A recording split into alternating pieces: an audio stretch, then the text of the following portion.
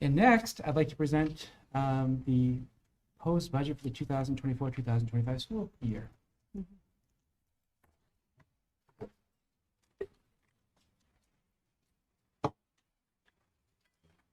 So I think whenever we do a budget, it's really easy to get caught up in the numbers. What does this all mean? And I think it's a great opportunity to kind of give us some perspective. And so we started this, we updated, but I think it's always good to kind of give you that kind of 3-year look in the past. What are the things we should be proud of? What are those accomplishments that really make us unique? I'm going to share those with you. So we're going to do that through our strategic plan. Remember, our 4 core values: excellence in learning, safety, positive relationships, character, student voice, equity, and support. All centered around students being the heart of the atom, with the community and staff supporting that. Also being aware of human resources, time resources, and fiscal resources.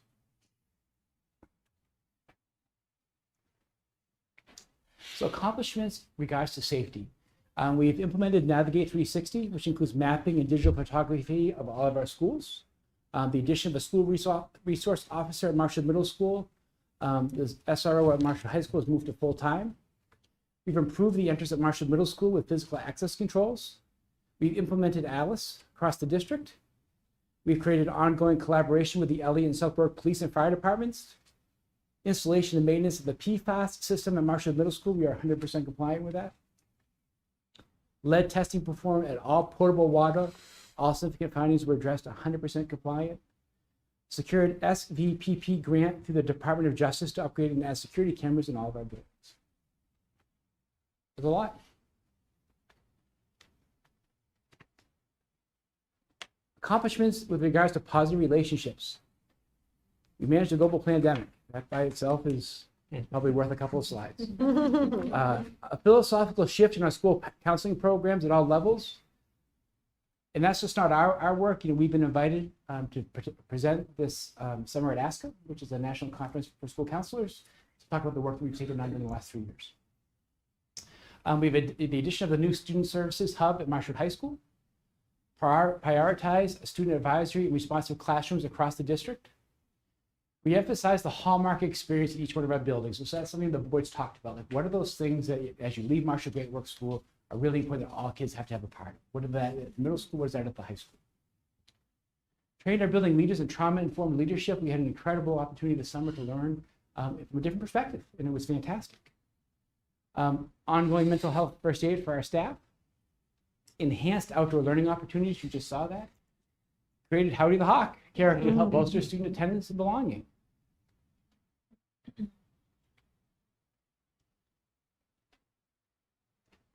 Accomplishments in regards to student voice.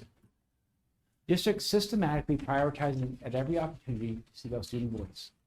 Actively seeking out student voice in school policy committee meetings, hiring of administrators and coaches. Seeking opportunities for student government to be involved in the operations of our buildings. Soliciting student feedback and program of studies in the science curriculum at Marshwood High School. The main integrated youth health survey that we'll go over at our next meeting. Inclusion of student members from three different schools on our food service selection committee. MMS peer modeling program and conflict resolution trainings. We had a person come in to work with students and how do you manage issues amongst your peers? And give them to be teach the teachers, so to speak, but have students be the teachers for other students. Perform an allied arts survey at Marshall Middle School to ensure student choice is allowed and students are allowed to pursue their interests. And we'll get into that a little bit more later. And then continue to support and enhancement of a civil rights team project through the Maine Department of Justice.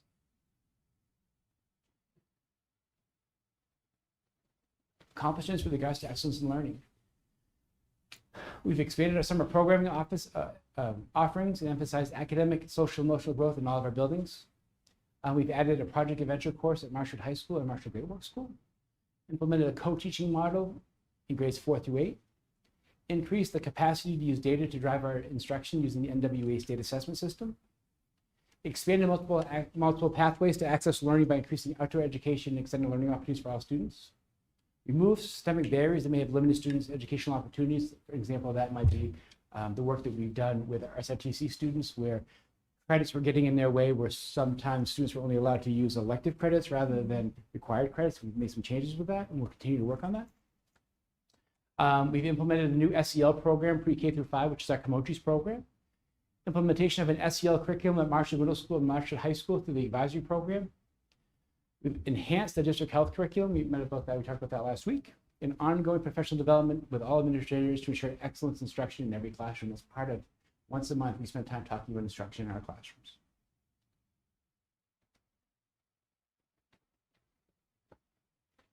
Accomplishments in regards to equity and support. Ongoing professional development to ensure that MSAD 35 community feels safe, heard, and valued in our schools. Implementation and evolution of a multi-tier system of support in every building, the MTSS program. Partnered with the Count Me In initiative, which is really a statewide getting kids to school absenteeism program. Increased interventions through the Hawk Block in grades 6 through 12. Created real-time math intervention for pre-K through grade 5. And now we've added grade 8 with that as well. Increased real-time reading intervention pre-K through grade 8. Included implicit bias training in all of our hiring processes. Utilized our Hawk Buddy program to allow older students to support our younger students through mentoring. Hiring of additional social workers to support the needs of our elementary school students. Addition of extended learning opportunities coordinator at Marshwood High School to provide additional opportunities for students outside the traditional classroom. Implemented a new career center model here at Marshwood High School to ensure pathways for all students after graduation. Again, we flip that dynamic. What is your goal? And then once you have your goal, let's talk about the pathway to get there. Added a district IEP coordinator and a 504 coordinator to allow for consistency between buildings, create smoother transitions for students between buildings, and free up our administrators to focus on classroom instruction.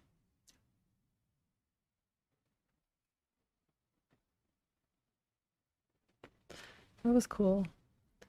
I know. Yeah. When we left last year's budget meeting, the district committed to increase the budget as necessary to ensure proper student supports.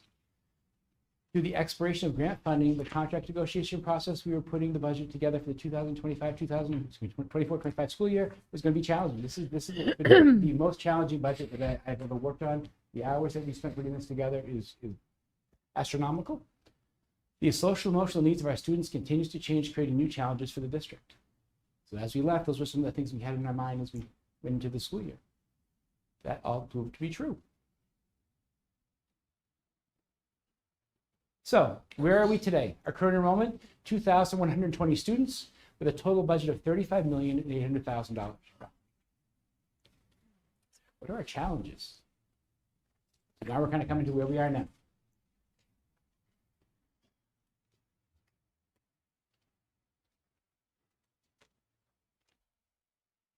Ensuring that all students have the opportunity and support necessary to learn the skills and knowledge necessary in the May learning standards.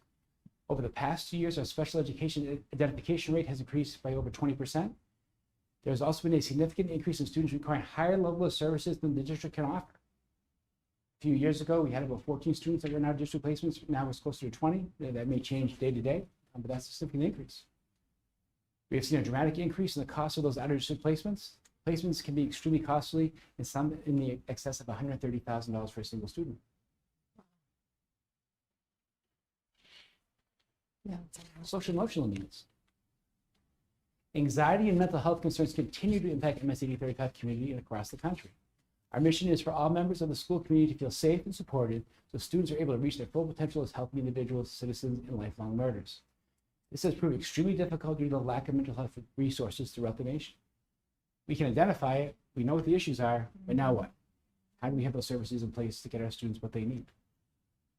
I'm happy to report, the last I heard, which was a week and a half ago, that we have a new SWEETSA worker who's going to be beginning at the middle school shortly. Fingers crossed, that can change, but I'm riding the wave while I can. Nice.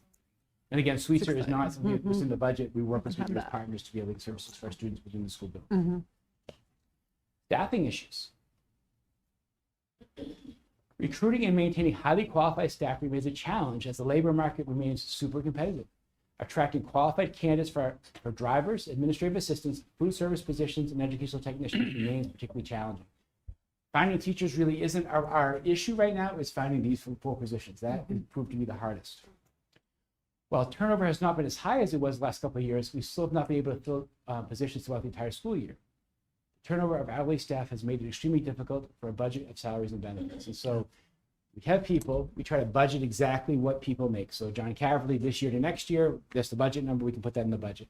What happens though is if people leave and come in, they may take a different benefit package, and we'll talk about that. And that really, in a lot of positions, the salary is easy to account for. Is the benefit package change makes it significantly challenging. In 2023, 2004, we have seen new hires consistently electing to join our health insurance plans in a much higher numbers, resulting in drastically increased cost, even though the salaries remain constant. For example, an employee who was elected a cash-only benefit of $500 is replaced with an employee who elects an adult with child benefit with a cost of $17,500 for the district, which is an increased budget of $17,000 for one employee. You can imagine if you have 5 employees to do that, you're almost at a $100,000 swing falling within the contract, just depending on who you hire. Same hourly rate, same position, what benefit do they take?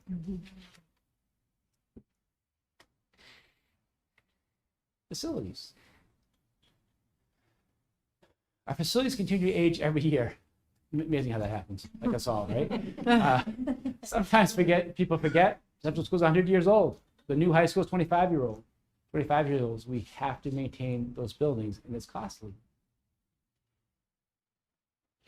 So here's that business side of things. You know, we talk about education. Let's talk about the business side of what we have to manage for facility. The district manages 5 campuses, 3 properties in South Berwick and 2 properties in Elliott, and leased transportation facility in Berwick. These campuses encompass approximately 124 acres, all maintained by the district. On these 5 campuses, the district operates 6 buildings, totaling almost 450,000 square feet. The overall appraised value of these facilities is approximately $80 million.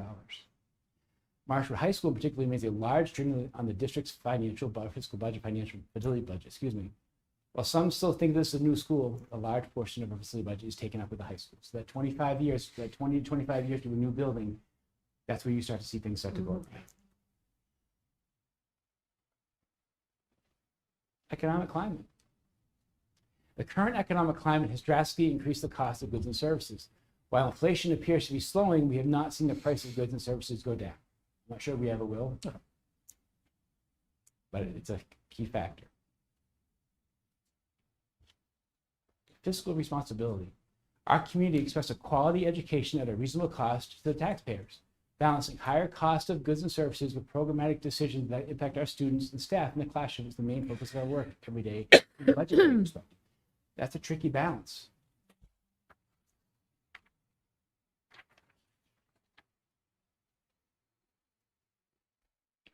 How do we build a budget? With wood. So MS80 35 uses a zero-based budgeting model. Every year we start with 0 and build a budget based on student needs. We start talking about this in August. You know, first day of school, what did the numbers look like? And we kind of carry those numbers for October 1st enrollments. We have those numbers, and that's our beginning of our budget process. It's all built on student need. So this is a graph, and I know I've shown this graph in the past, but the red is going to be the projected enrollment for this year. The yellow is projected enrollment for next year. You can see Marshwood High School is down slightly by 13 students, whereas you see Central Elementary School is up by 11 students. You see the dots. For instance, at Great Works School, I'm recommending the same staffing from this year to next year, even though there is a slight variance in number of students by 3. At the high school, we're going to look to add a position, and that's really based on the ELO position. I'll talk a little bit about that as we get further along here. We're at Marshwood Middle School, we're recommending a slight decrease in staff. Our projected enrollment by grade level.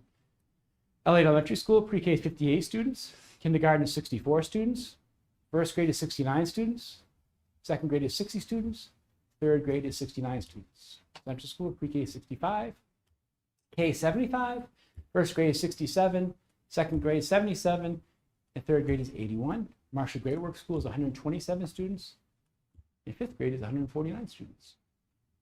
Why is that important? Because we have a class size policy, and we've spent a lot of time talking about the class size policy. And so this is a board value. And so this is one of those things that now we take those numbers and we put into the policy to determine our staffing. And so pre-K, we know that if you have less than 8 students, you can have those 8 students in with a teacher. Now that's not our decision, that's a state requirement. If we want to go up to 16 students, we can add an educational technician in that same classroom, but we can't go higher than 16. Kindergarten and first grade is 14 to 18 students. Second grade to fifth grade is 18 to 22 students. Grade 6 to 8 is 18 to 25 students. Grade 9 to 12 is 15 to 25 students. How do we build a supply budget? 2024, 2025, elementary schools, we are budgeting $235 per student. Marshall Middle School, we're budgeting $240 per student. Marshall High School, we're budgeting $285 per student. And then there's this little caveat where we have high school vocational students. They're not in the building full time. And so we reduce the amount by half because they're only taking half the classes. So therefore, with half the supplies, it's not devaluing the person. It's just they're going to be getting that services someplace else. I want to let you know that this is a decrease from last year. And so obviously, when we're in an economic environment where things cost more, there's an impact, but we're trying to find a way to make all things come together and be equal. And so one of the decisions, tough decisions that I had to make was that we lowered the amount of cost per student. So if you want to figure out Elliott Elementary School supply budget, you take the 320 students, you multiply it by the $235 per student, and you come up with a supply budget of $75,200.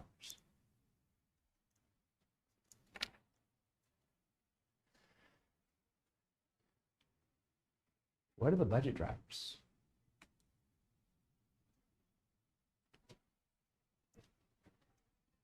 So let's start with first the salary and payroll taxes. This budget includes a $1.3 million increase in salary and payroll taxes. $60,000 of that money that's been put in to create that number is the new Maine FMLA initiative. And so Maine passed the law where all people are entitled to family medical leave. There's a tax that the employee has to pay, and then that the school district has to, or the employer has to pay. That costs us about $60,000 to be able to do that, to meet that requirement. I don't really know what it means now that we're putting money in. Does that mean that they're going to give us money back when people take time off? I'm probably willing to bet no, but we can all wish, right? Health insurance. We're budgeting about $415,000 for health insurance. We have also seen an additional increase of $100,000 in health insurance premium due to the changing of plans this year. So one employee leaving, another employee coming on, that's a $100,000 shift that we've had to account for in this budget.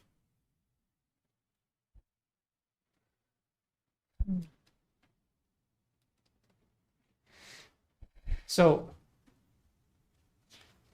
we do our best with this. This is a toughie. Medical loss ratio.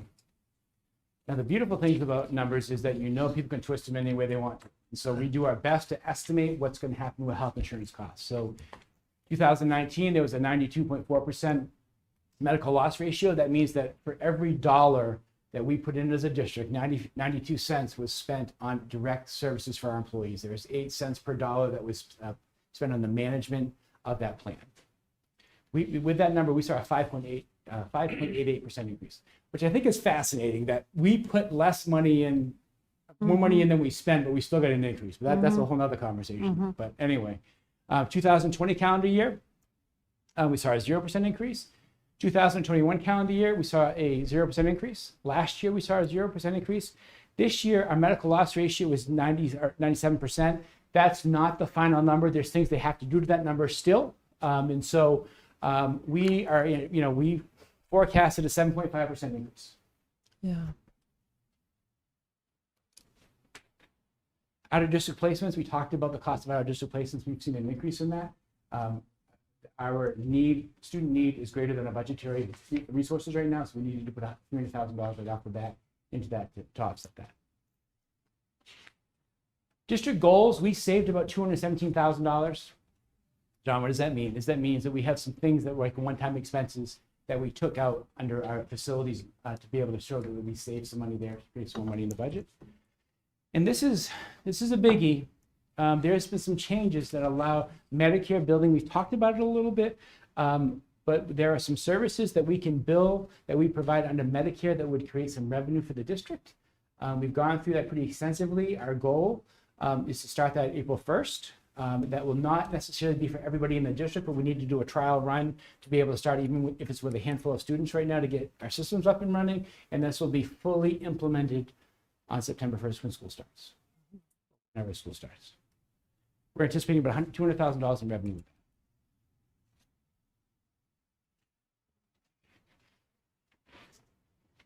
District goals.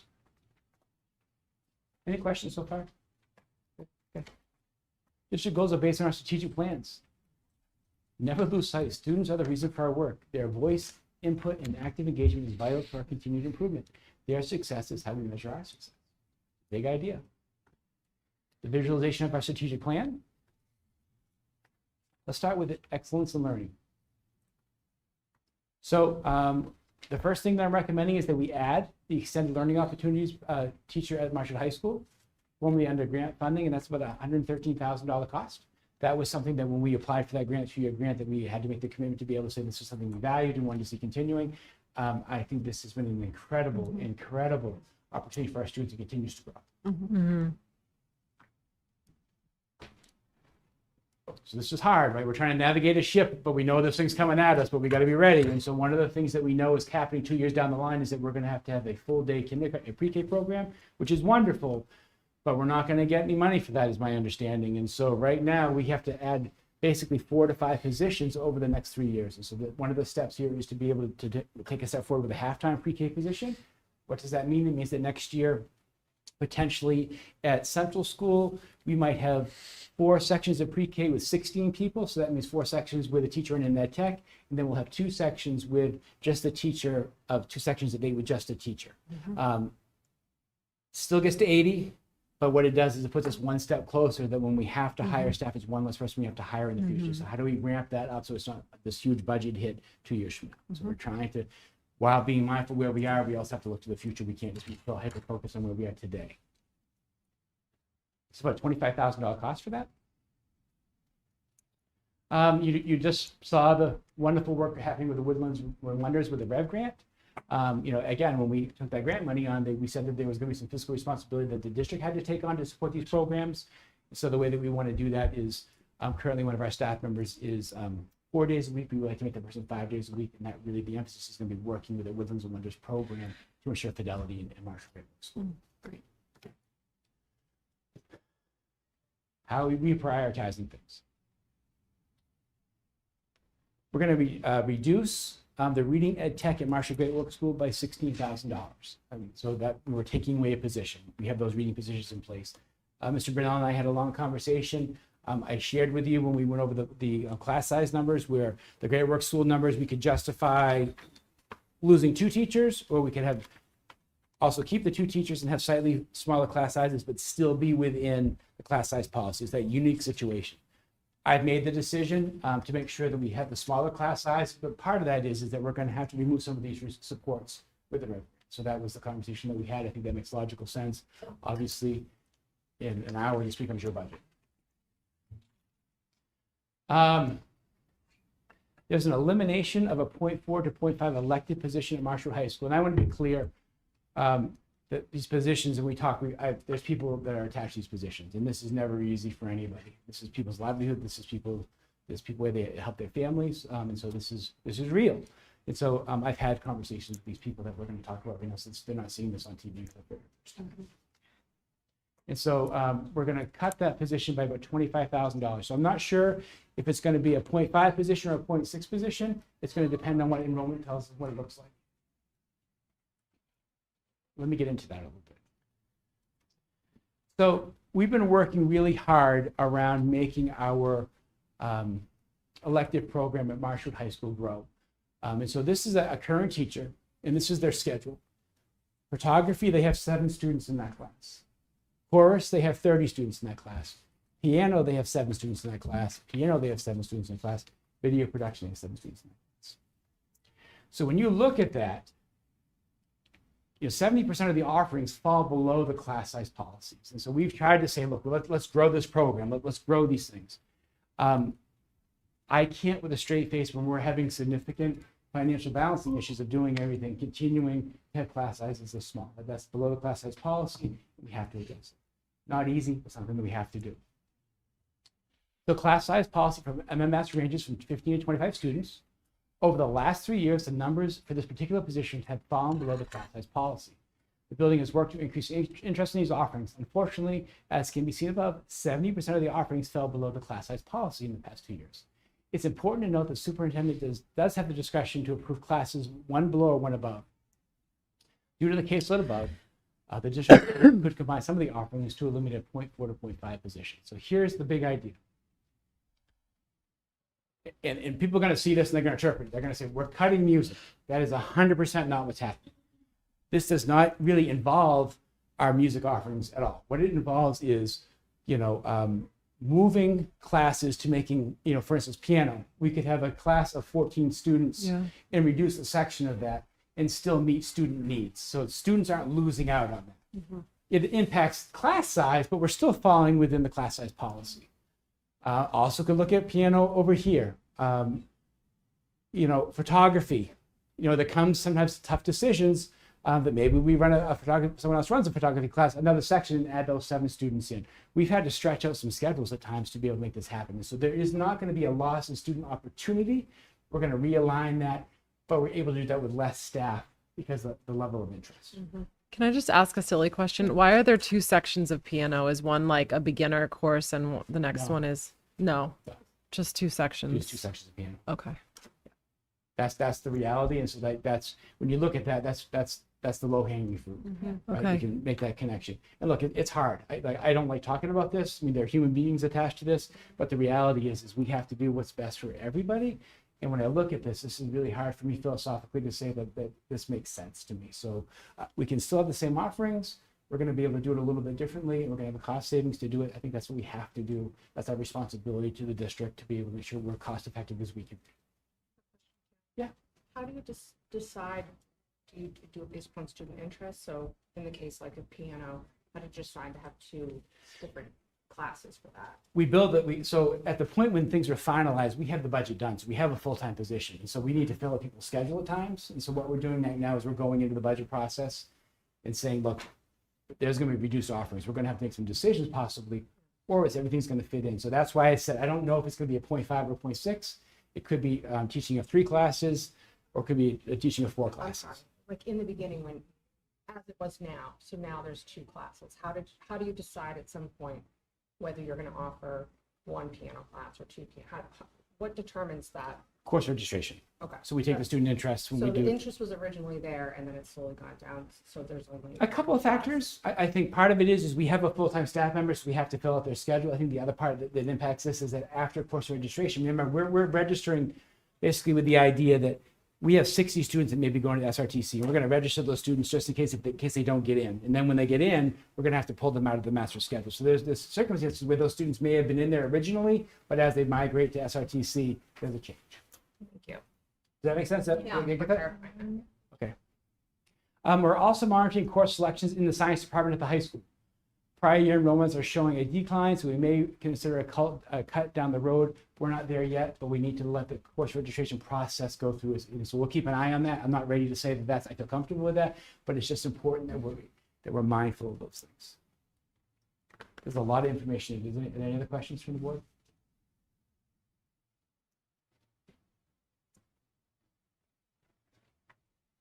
We've talked about this. My recommendation is that we convert a full year IEP coordinator position to a full-time assistant director of special education. For us, in many ways, this is a budget neutral, even though it's showing a $29,000 cost. We've had to bring that person in over the summer on a per diem rate. And so in many ways, it just makes sense to have that person become a full-time position year round. And we'll post that position year round. We had some tough conversations with Stanford Technical Regional Vocational Center. It's going to cost more for our students to attend there next year by about $30,000, in addition to maybe creating some more offerings for our students to be able to go to Dover to access some new programs that we haven't accessed in the past. We're trying to find that balancing act. That's about a $30,000 cost.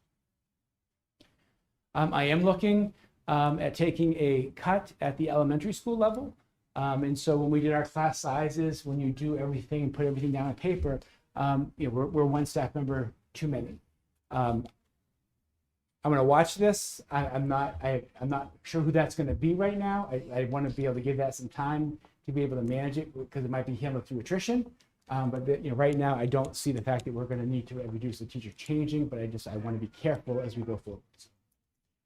But we went through, remember that jump from the elementary school perspective, the hardest one is when you go from Kindergarten to first grade, you have that class size, but then all of a sudden, second grade, the class size increases, and that creates that span where now all of a sudden you might go from a number of teachers to a small number of teachers because the class size policy has increased a little bit. So that does necessitate. And so again, I want to remind people that when I do this, like this isn't like if this isn't close, like this is below the class size policy. This is not just like, hey, John, one section's below, one below, like that. I have the purview to be able to do that per policy. This is significantly below class size policy. The point for a reading teacher at Central Elementary School is a $15,000 savings to eliminate that position. Part of that may be I'm just not sure what the pre-K numbers are going to look like next year as other schools start to develop their own pre-K programs. This year, we had about 25, right? Up to about 25 students from out of district who are accessing our program, which is fine under state law. As they start to build their own programs, that number is going to shrink. So we're prepared for 80. If we don't have 80, and then we have like 74, then that half-time pre-K teacher will work on the reading remediation the other part of the day. So we kind of have that covered on both ends, but I just think we have to be mindful fiscally of what we're doing. The MMS technology position, looking to make a cut there. It's about a $25,000 cut. And so philosophically, we have returned to a student choice and grade level requirement format for Marshall Middle School versus Allied Art offerings. Sixth grade students are required to take physical education, health, digital citizenship, family consumer science. Seventh grade students are required to take physical education, health, visual and performing arts, or a foreign language. Eighth grade students are required to take health. All remaining electives are based on student choice availability. So again, we try to give students at least one or two of their choices in the area of interest. So if a student has an interest, I want to make sure I take an art class. We want to be able to have that elective art class every year. If I want to take band and chorus every year, I have the ability to take band and chorus every year. But there's a choice. And then part of like education is that we can't do it all, right? But we teach kids that we make decisions. How do you make good decisions? And there's consequences for decisions. And so that's part of the conversations that we have to have. Due to the lack of world language options at Marshall Middle School and the student interest in those options, we have increased our world language offerings for Marshall Middle School next year. So next year, we will offer a French 1 class for our 8th grade students. That's a year-long French 1 opportunity. And then we will offer a 7th grade quarter-based elective in French. So those are two additions at the Marshall Middle School. I'm not sure if any of you looked at it or received it. We sent a family survey out, tried to explain our Allied Arts, kind of tried to gear what kids were interested in. Let's find out real numbers. After surveying families, 4% of the 8th grade students expressed interest in technology electives, and 17% of 7th grade students expressed interest in technology electives. Student interest can be met in less than a full-time position for those grade levels. So this is, now we're going to be in the weeds here. So I'm going to try to put this in English after I read it. This would look like 2 6th grade Allied Art offerings in the area of technology. So I'm an Allied Arts teacher. I'm going to make my schedule now. The schedule works that there's 6th grade, 7th grade, 8th grade, AM Allied Art, 6th grade, 7th grade, 8th grade, PM Allied Art. So I know because it's a requirement in 6th grade, I have to have classes in 6th grade all 8 quarters. So the 4 quarters in the morning, 4 quarters in the afternoon. So will have 8 sections of 6th grade technology. I have to have that in order to meet their need because everybody has to take it.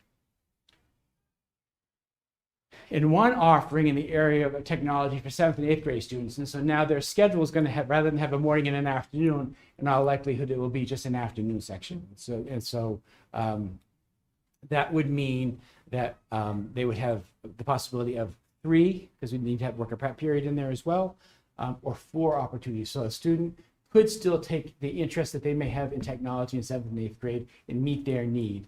But at the same time, we have 2 other sections coming in that would probably replace those same 2 areas of the technology with the French language being offered. Does that make sense? Mm-hmm.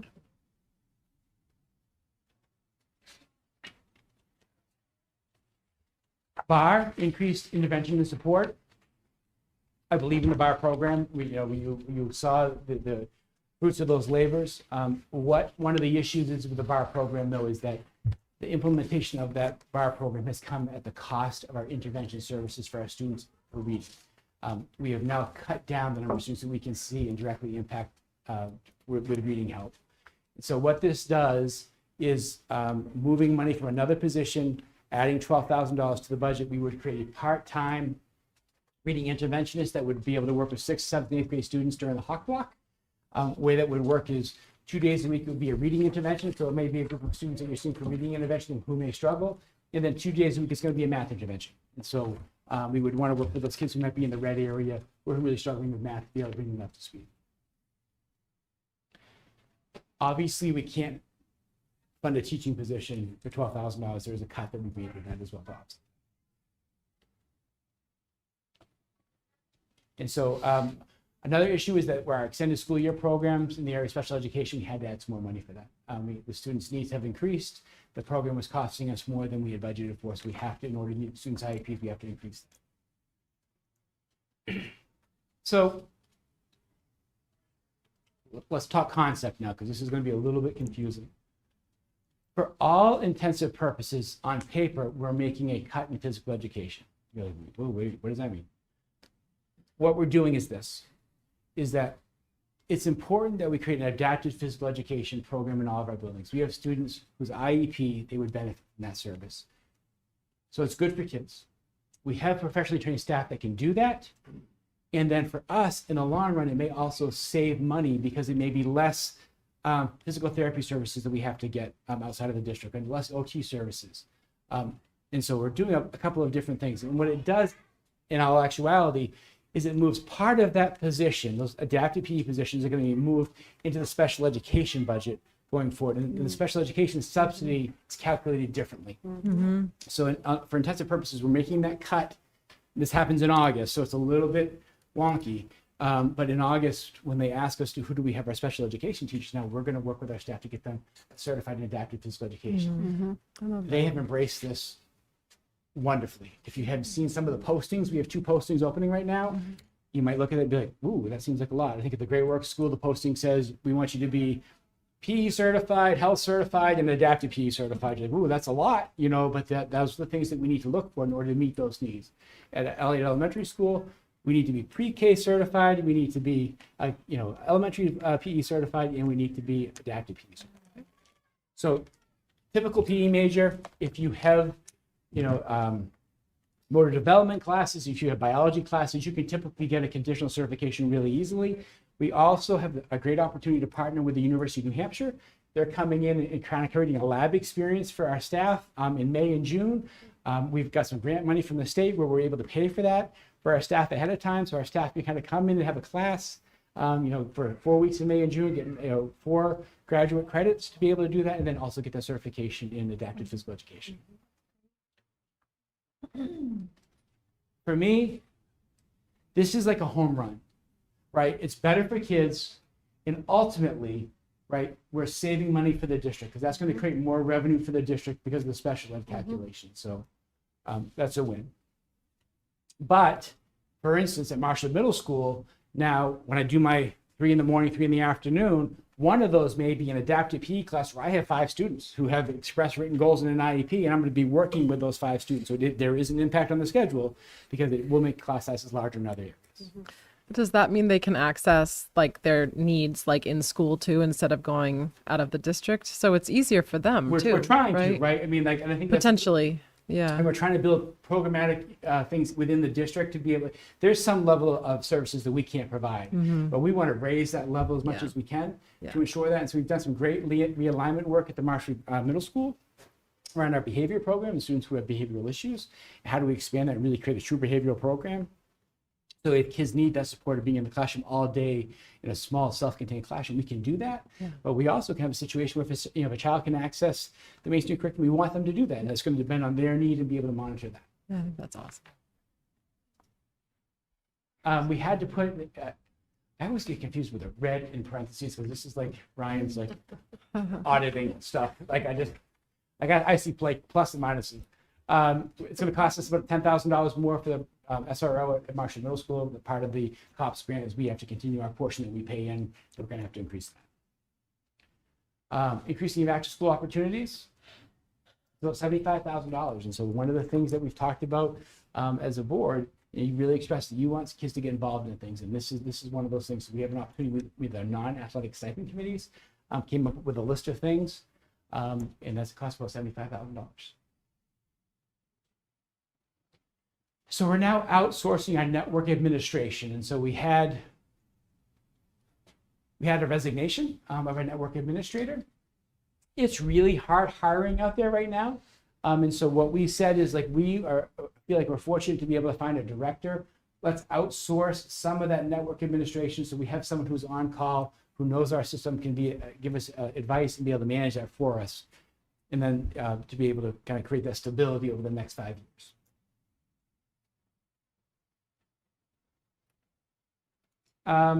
Mr. Buzzell's done a great job with this. He really worked hard for the district a couple of years ago, and we were able to we used to have to pay $30,000, and Rich got it down to zero. So we basically didn't have to pay anything for our athletic training services. Their mindset is if I bring someone in there and all of a sudden getting referrals to go to our practice, that's how they're going to justify the cost, right? I don't think it's working out financially like they wanted to, because now they want us to pay. Obviously, $15,000 for the level of service we get is not a lot of money, but it's money. And so we thought about this a little bit, and how do we do this? And so we are really going to have to look long and hard at what we're doing at Marshwood High School. And so I think there's some opportunities where we can charge for building use that we're not maximizing.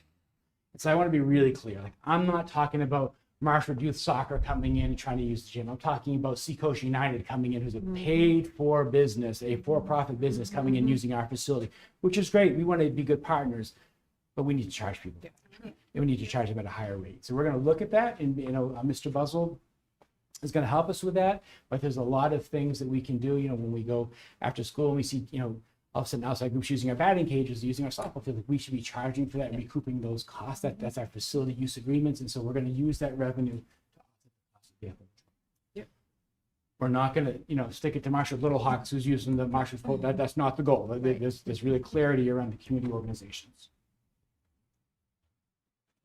Remember we talked about Yes.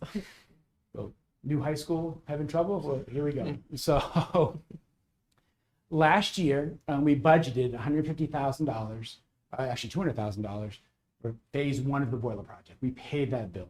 Now what we're going to do is we're going to do the boiler project with a lease purchase agreement for 10 years to be able to get that completed and have that project done. So we've taken that, part of that money, $550,000 is going to stay in the budget to pay for the lease, and then $150,000 is the savings that we're going to take. The playground at Elliott Elementary School, we budgeted that this year. That's money that will be moved from the budget. The generator at Marshwood Middle School, that project is done, and so that $50,000 would be used. Front entrance of Marshwood High School, this is the one that makes me a little bit nervous because it's not done yet, so it hasn't been started yet. Our goal is that it gets started in June, and so we just got to make sure that we get that wrapped up, but that money would be removed as well as that's taken care of. Ground maintenance, again, things that we don't talk about a whole lot, but we talk about in facilities and finance. So is and I can say this with a straight face, try to find every dollar.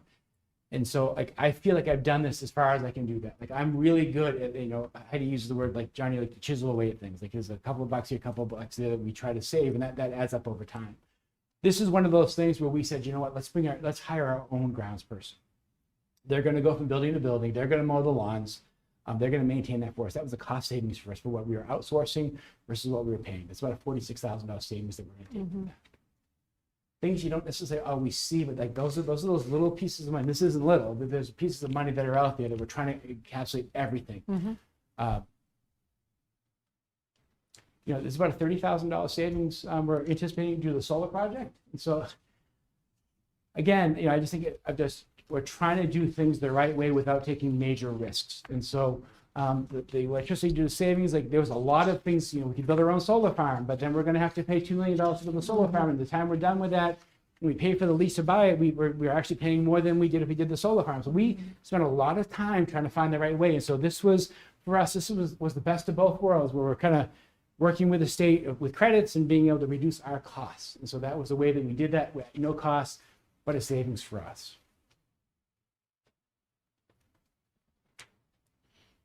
Student recommendation, we're also going to continue with our character work, the real-time student remediation, mental health first aid, trauma-informed practices, continued relationships with Sweetser targeted for staff and students in their mental wellness.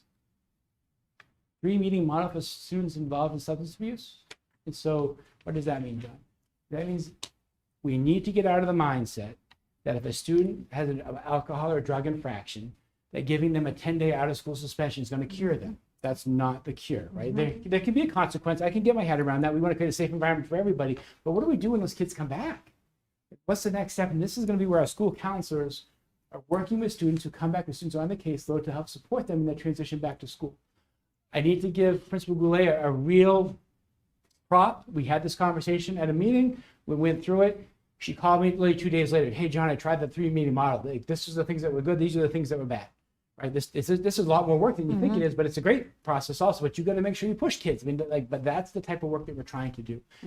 So that's what that 3 meeting model means. And I want to be clear. I am not saying that we don't discipline students. I want to be very clear about that. But that doesn't solve the underlying issues. Restorative practices, talking about what's that restorative justice look like. We continue to have that conversation. That's a balancing act, right? Accountability and consequences is part of life.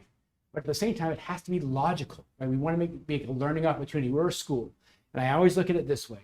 If you're going to make a mistake, do it in a place of learning so you can learn from and become a better human being. That's the big idea, right? Yep. And so that's what we're working with our restorative practices.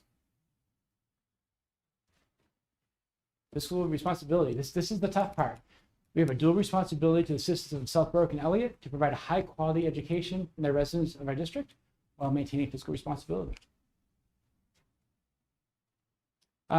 We increased the students' superintendent supply account by $4,200. This is basically the Howdy stuff. We don't have money in that for the budget for that, so we had to find it other places. So we're just asking for a small amount of money for those district initiatives that we want to start. It may come from the central office. Something we can't control, but the increase of property and casualty insurance. It's about $40,000. So I have such mixed emotions about this grant. And so I know in some segments of our population, I think there's a feeling like, schools spend willy-nilly, right? And that's not true. And this graph shows you that. So when we look at this, the dots is the state average. The blue is York, and this is all cost spending per student, 2018 to 19 through the 2022 to 2023 school year. The dashed line is kind of if you average all of the SRTC schools. So you see that York is well above the SRTC average, Kennebunk is well above the SRTC average, Kittery is above the SRTC average, and that's cost spent per student. Is this Sanford? Yeah. Wells is above the SRTC average. Then you have the SRTC average, then you have the state average, and then you see schools that are below what the state average to spend on student cost per student is. We're below that state average. Sanford's below that. Noble's below that. Massachusetts is below that. So the idea that we're spending left and right, and money's money. I mean, part of the issue, we have to be conscious and fiscally conscious with everything that we do. But I think the narrative is here's the reality. This is a website you can access through the Maine Department of Education. So on one hand, you're proud that we're fiscally conservative, right? We're trying to do the right thing to maintain a high level of service for our students, but at the same time, we're trying to be fiscally responsible because we owe that to our communities. But you also start to get worried that are we doing enough? What are these things that are hurting us, right? And so, for us, where we are right now is we're putting, a high percentage of our money into the classrooms and into supplies. As you can see, the money we're losing, that's the facilities money and the insurance money. Those are the areas that concern me, right? But there's a balance here. And so I think this is a good thing, but it also is a concerning thing. I think it is a double-edged sword we're looking at. Certainly proud of it, happy with the work that we do. Obviously, this is the 22-23 school year, but it does give you a snapshot. If that's an average, right? Basically from Yes. 2018 to 2000. 2023, yes. Okay. Yeah. Yep. Oh, I'm sorry. I see this. Never mind. No, that's good. That's why we do this. Graphs are not my strength. Capital improvements. So to make this all work, there's less improvements that we're doing next year. That's just how math works.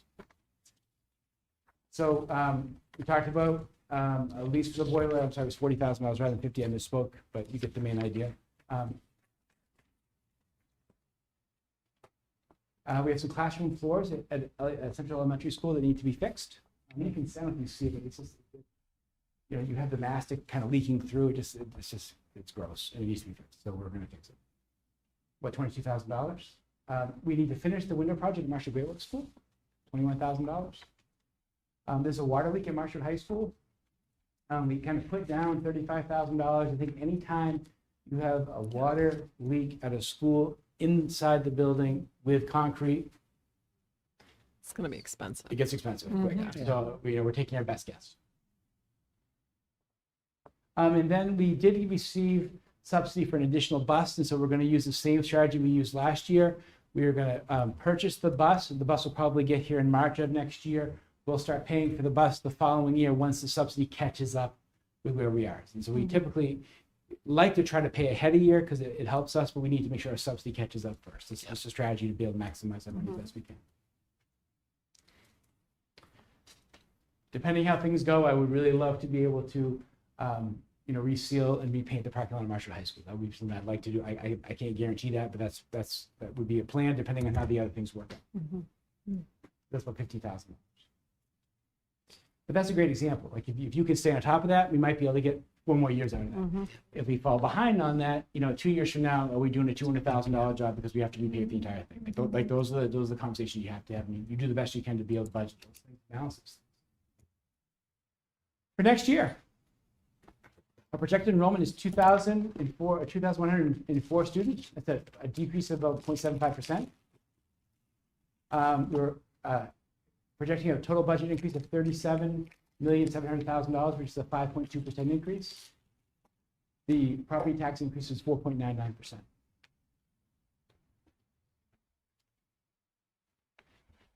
And why aren't those numbers the same is because we get subsidy from the state, particularly in the area of special education.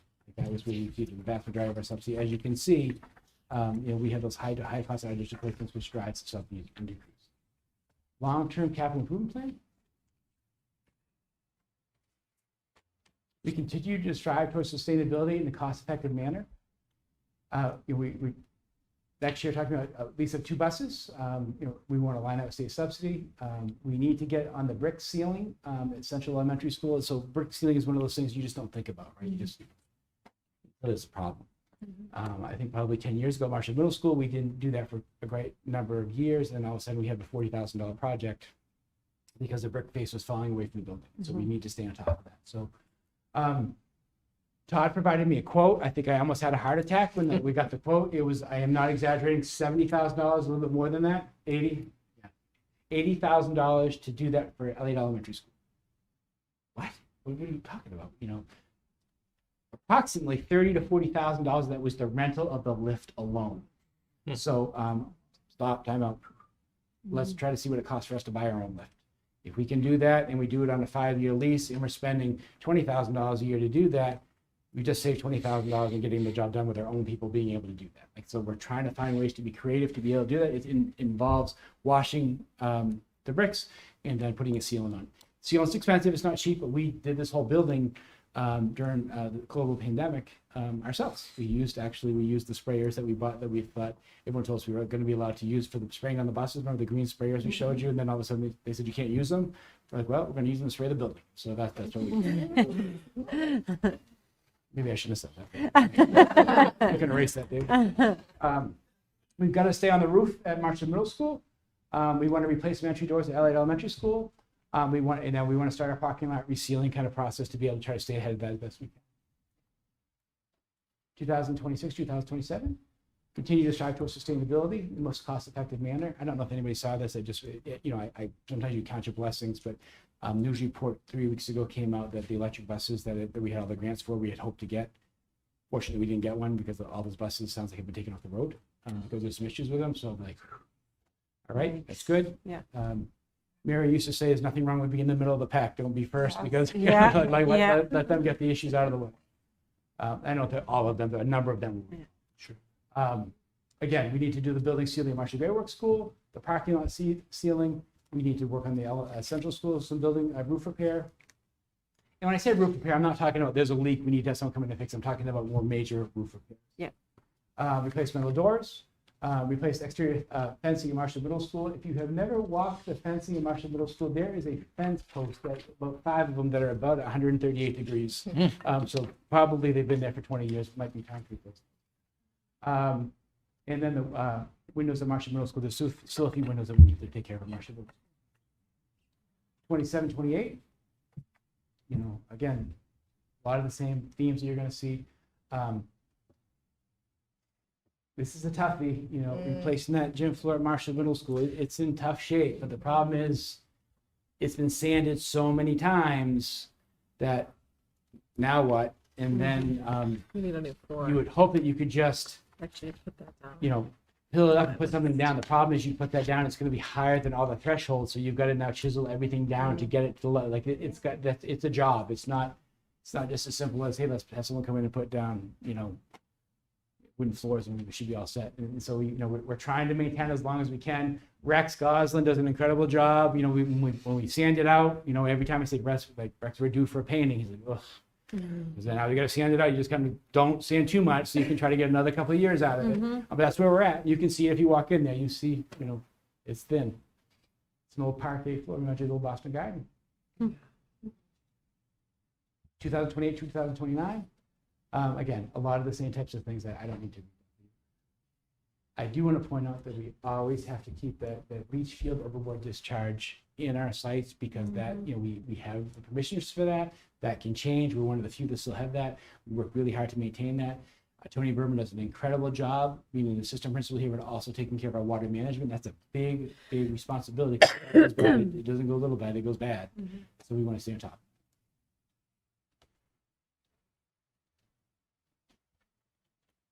Can you see when I say the rooms? Start again. Programmatic improvements, short-term and ongoing, and long-term and upcoming.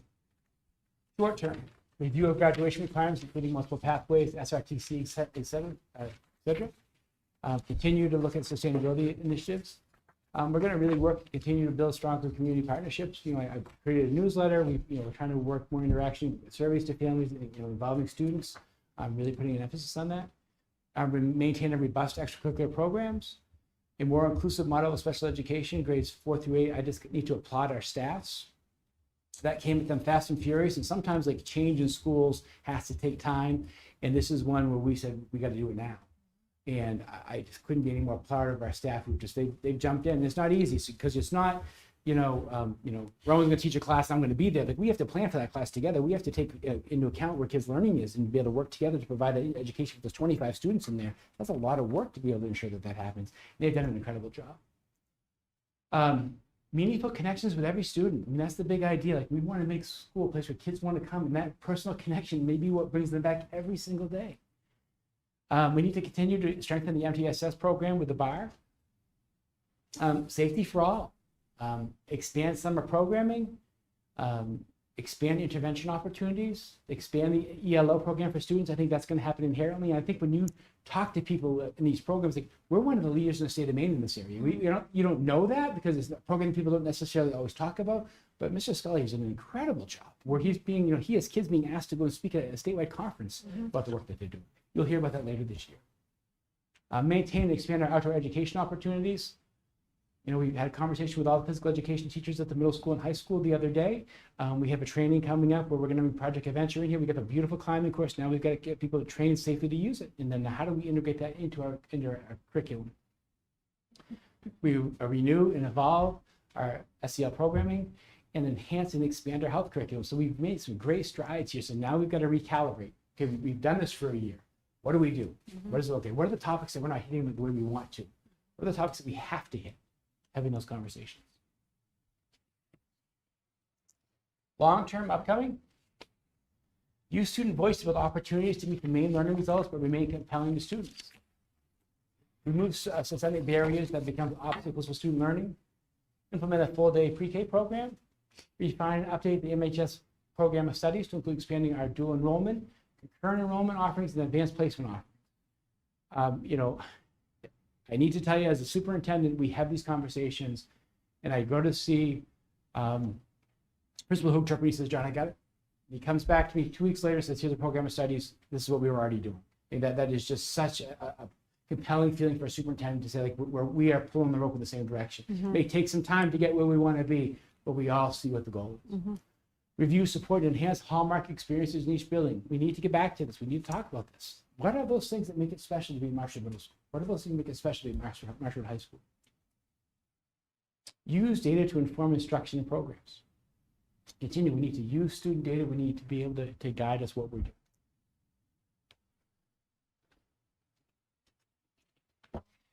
Changes in state subsidy.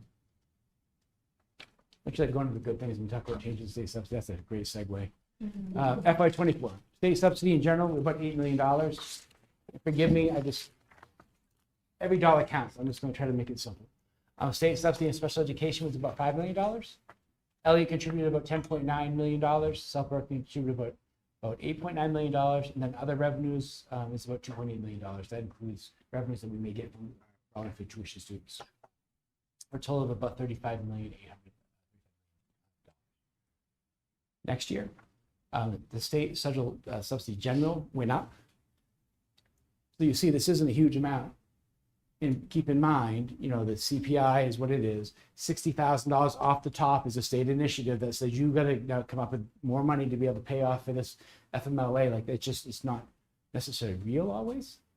State subsidy in special education went up significantly. We talked about you know, those issues with out-of-district placements, the cost of special education services, what kids are really using. That's something they really look hard at. Obviously, we received some bonus there. The Elliott contribution with our calculations would be about $11.3 million. South Berkeley contribution would be about $9,500,000. Other revenues would be $2,800,000 for a total of $37,700,000. Changes? 5.2% overall increase.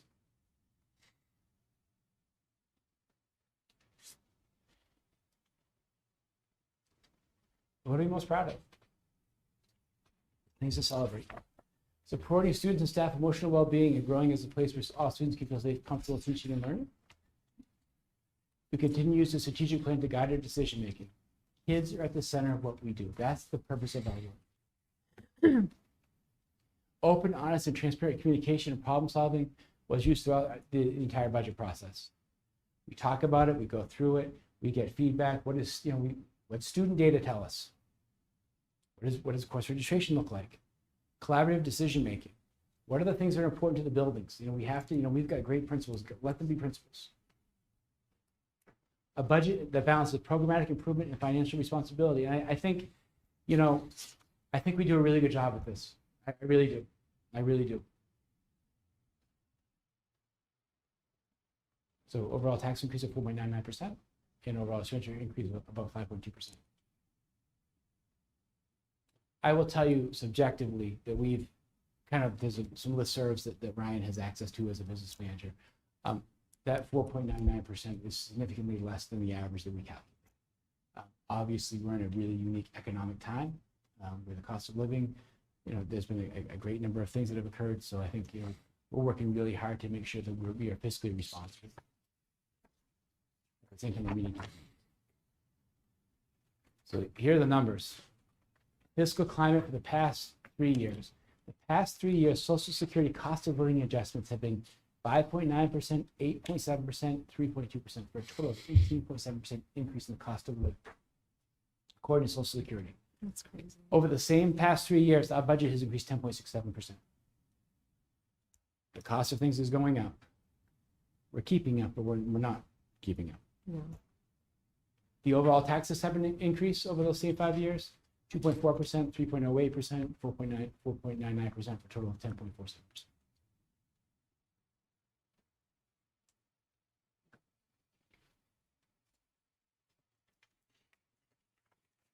Potential issues on the horizon.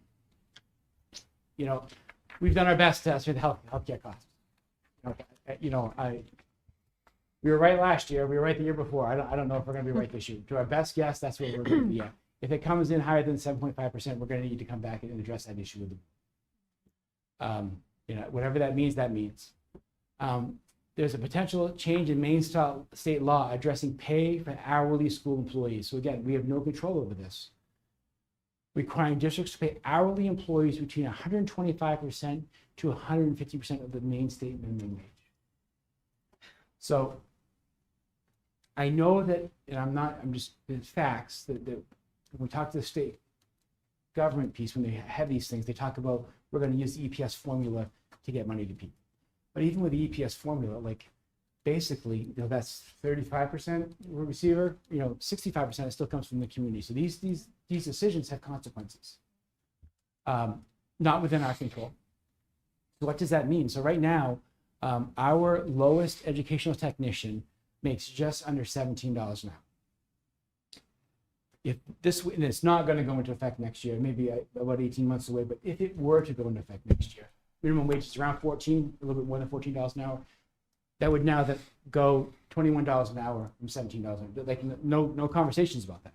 Not even to mention, how does that impact your negotiated agreements that you already have in place, right? Because if that's the bottom, then people at the top are going to be like, wait a second, why do these people get $4 an hour and I'm only getting 50 cents? Right, so we've got to be able to navigate those things as we go forward. So that's on the horizon. I don't expect it to hit next year, but I just think we have to be aware of these things that are out there. I didn't know how to account for this. We've applied for $1 million grant. And sometimes the grants are great news, right? Awesome. But we've learned two things about grants, right? One is that we got to front a lot of money, and we have to have a lot of money in the bank that we can't touch for a long period of time until everybody at the state level or the federal level does all of their work to give us a check back. Like that's just the reality of managing grants. The other part is there is a 25% local match. We're not clear what that looks like.